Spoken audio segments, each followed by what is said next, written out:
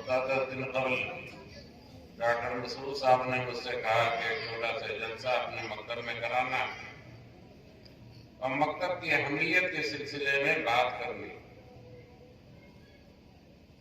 مجھے بہت خوشی ہوئی اس بات کی کہ مکتب کے زندگی کے لیے، مکتب کو جاری کرنے کے لیے، اس کی افادیت کے لیے کچھ لوگ سوچ رہے ہیں۔ بڑی خوشی کی بات۔ میں نے فوراً کہہ دیا کہ انشاءاللہ میں حاضر ہوں گا۔ اتفاق سے کچھ آج کام نکلنے والا چلی کے دن تھا۔ کل کوشش کی میں نے، اس کو کل ہی نپٹا دیا میں۔ تو آج دن بھر انتظار ہی کرتا رہا کہ شام ہو تو چلو، اس لیے کہ مبارک مجلس ہے، کوئی معمولی نہیں۔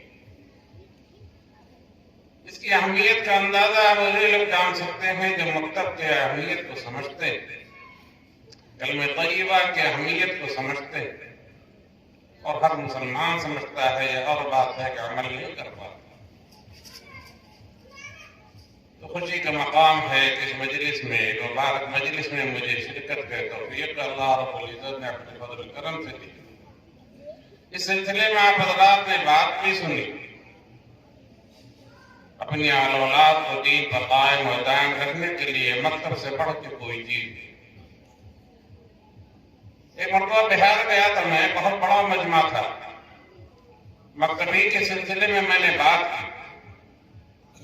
پھر میں نے مجمع سے مخاطب کر کے کہا کہ کوئی صاحب کھڑے ہو جائیں جو یہ کہہ دے کہ میں نے اپنے بیٹے کو، اپنے ناتی کو، پوتے کو کلمہ سکھایا۔ روزانہ 10 مرتبہ 20 مرتبہ پڑھایا ہے۔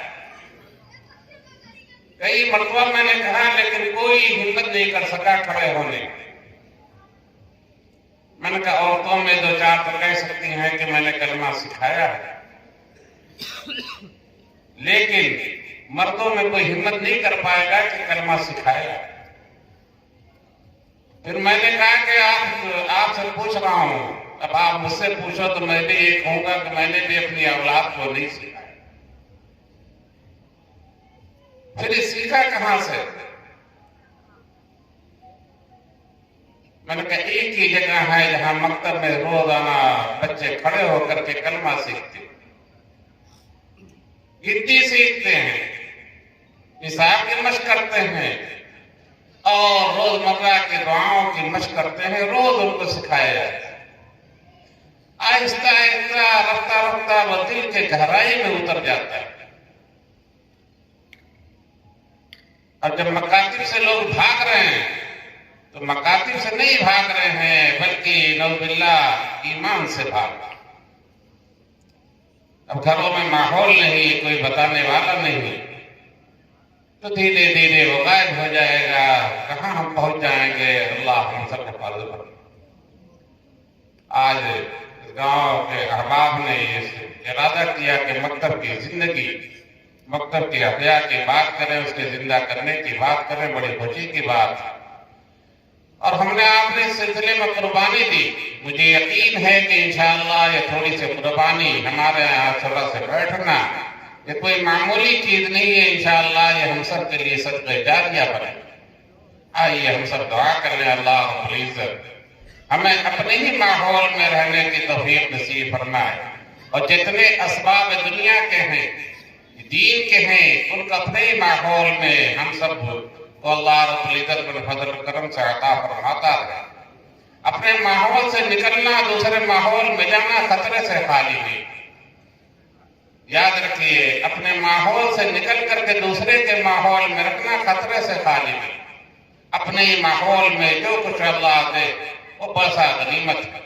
بسم اللہ الرحمن الرحیم، لا الہ الا اللہ الحلیم الکریم، الحمدللہ رب العرش العظیم، وصلی اللہ علی النبی الکریم۔ ربنا ظلمنا انفسنا وإن لم تغفر لنا وترحمنا لنكونن من الخاسرین۔ اے اللہ ہم سب کے گناہوں کا معاف فرما، ہم سب کے ساتھ عافیت کا معاملہ فرما۔ اے اللہ ہمارے یہاں اکٹھا ہونے کو بھی قبول فرما۔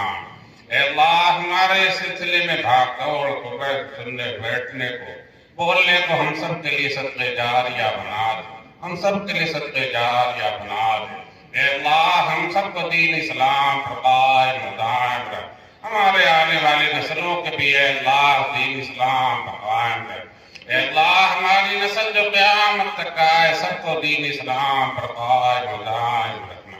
اے اللہ ہر قسم کے گمراہی سے ہم سب کی حفاظت فرما۔ اے اللہ ہر قسم کی گمراہی سے ہم سب کی حفاظت فرما۔